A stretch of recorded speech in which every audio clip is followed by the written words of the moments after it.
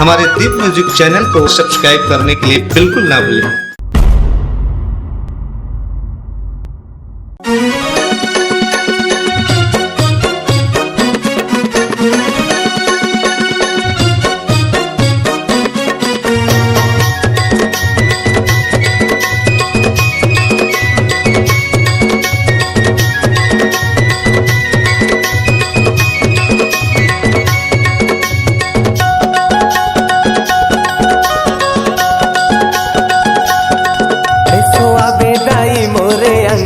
वो तोलने होता है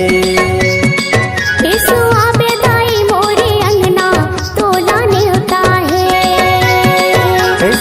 बेदाई मोरे अंगना वो तोलने होता है बेदाई मोरे अंगना तोलने होता है न्योता है दाई न्योता है तोलने होता है 9 दिन और 9 रात के दाई न्योता है दाई न्योता है तोलने होता है 9 दिन और 9 रात के माई न्योता है बेदाई मोरे अंगना तोलने होता है बेदाई मोरे अंगना तोलने होता है।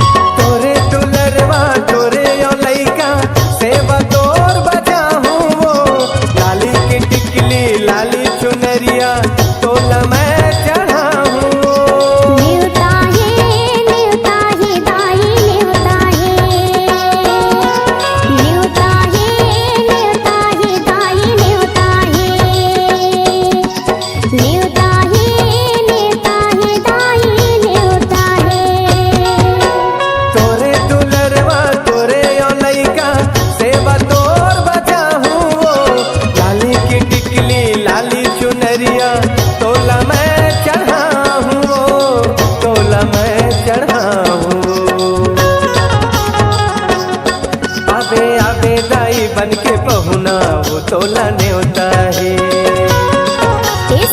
बेदाई मोरे अंगना तोलने होता है बेदाई मोरे अंगना तोलने होता है।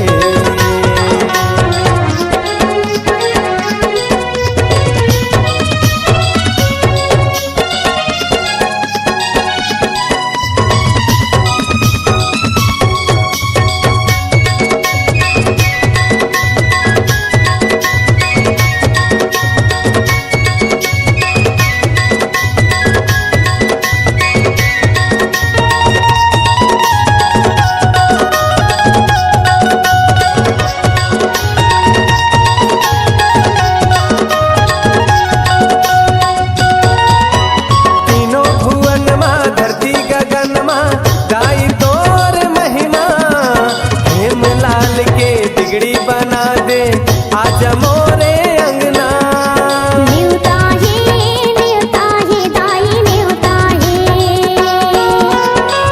दाई न्योता है दाई न्योता है।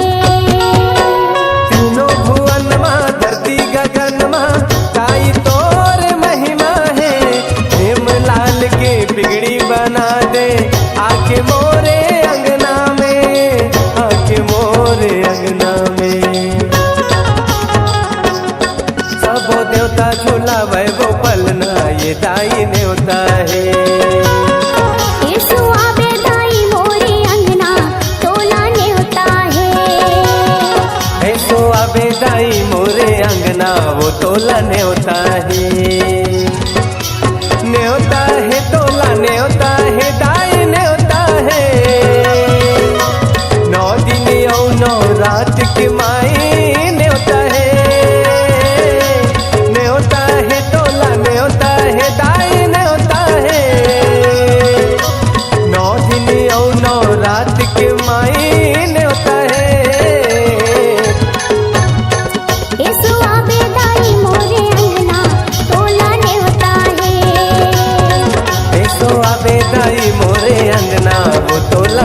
न्योता है।